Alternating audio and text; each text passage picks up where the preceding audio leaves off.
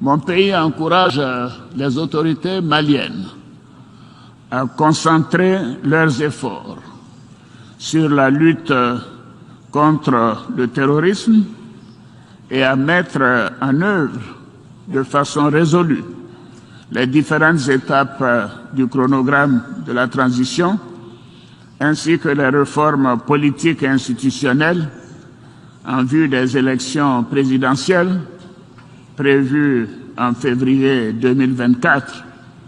Je saisis cette opportunité qui m'est offerte pour remercier chaleureusement notre respecté aîné, son Excellence le Président Alassane Dramane Ouattara, pour les sages et éclairés conseils qu'il nous a prodigués dans son allocution mémorable à cette 77e session de l'Assemblée générale des Nations unies. Je voudrais le rassurer que les autorités de la transition malienne n'ont d'autres objectifs que de faire des réformes politiques et institutionnelles avant d'organiser des élections, tout en luttant obstinément contre le terrorisme. Ces réformes permettront d'améliorer la gouvernance et toutes les dispositions seront prises pour que la démocratie malienne soit la plus enviée au monde. Dans ce chantier, nous prêterons une attention particulière au troisième mandat, qui ne sera pas possible. Le troisième mandat pour un public moins averti consiste pour un président de la République d'effectuer une manœuvre en 4 temps, en vue de conserver le pouvoir pour lui seul et son clan. Premier temps, presque en fin de second mandat, donc en principe non rééligible, il s'agit pour le président de la République sortant de déclencher une révision constitutionnelle de manière non consensuelle. Deuxième temps, au cours de cette révision constitutionnelle, le président de la République sortant modifiera quelques dispositions constitutionnelles. Troisième temps, une fois la nouvelle constitution adoptée, sur fond de crise politique naturellement, le président sortant devient candidat en violation de la limitation du nombre de mandats à 2.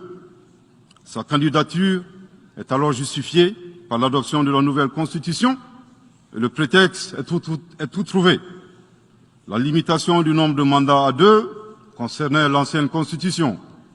Par conséquent, il est candidat au regard de la nouvelle constitution adoptée.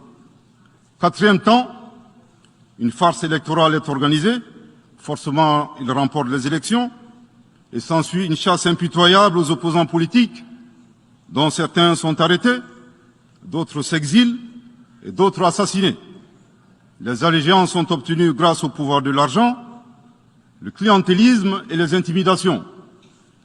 Dans un langage plus simplifié et en référence à une métaphore footballistique, le troisième mandat est une magie. C'est l'art de se dribbler soi-même tout en gardant le ballon.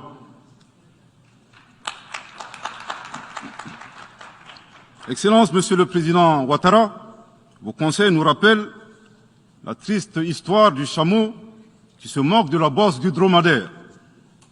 Malgré les efforts tangibles de la transition malienne, dans la mise en œuvre des chronogrammes des réformes politiques et institutionnelles et celui des élections, salués par la communauté internationale, Madame la ministre des Affaires étrangères de la junte française, à qui le Mali n'a pourtant rien demandé, a estimé qu'il n'y avait pas eu de progrès, oubliant que nul ne peut aimer le Mali plus que les Maliens eux-mêmes.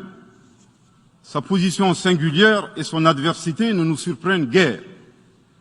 Victor Hugo, dans Claude Gueux, a classé le genre humain en 2 catégories, en indiquant, je cite, qu'il y a des hommes qui sont fers et des hommes qui sont aimants.